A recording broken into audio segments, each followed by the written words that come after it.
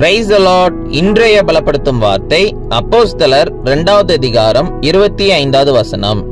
Acts chapter 2 verse 25.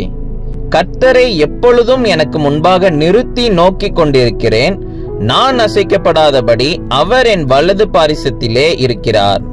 I always keep my eyes on the Lord, for he is at my right hand, so that I cannot be shaken. Hallelujah.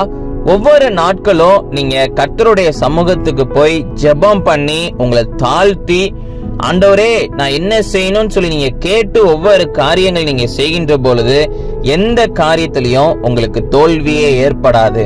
உங்க வாழ்க்கையில எப்பேற்பட்ட மனுஷங்களே வந்தாலும் நீங்க செய்கின்ற காரியங்களை அவங்க தடுக்கவே முடியாது.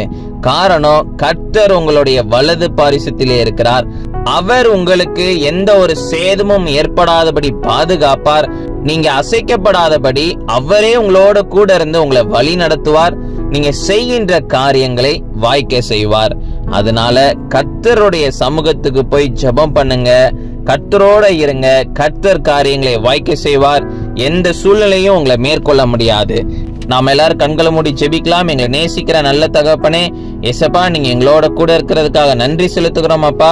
ஆண்டவரே ஏசப்பா, நாங்க அசைக்கப்படாதபடி ஆண்டவரே நீங்க எங்களோட கூட இருந்து எங்களை பாதுகாத்து எங்களை நேர்த்தியான பாதையில வழி நடத்துறீங்க. ஆண்டவரே தொடர்ந்து நீங்க எங்களை வழி நடத்துங்க, நீங்க மகிமைப்படுங்க. இயேசுவின் மூலம் ஜெபிக்கிறோம் எங்கள் ஜீவனுள்ள பிதாவே. ஆமேன், ஆமேன், ஆமேன். எப்பொழுதும் கர்த்தருடைய சமூகத்துக்கு போங்க. கர்த்தர் உங்களை ஒரு நாளும் கைவிட மாட்டார். God bless you. Have a joyful day.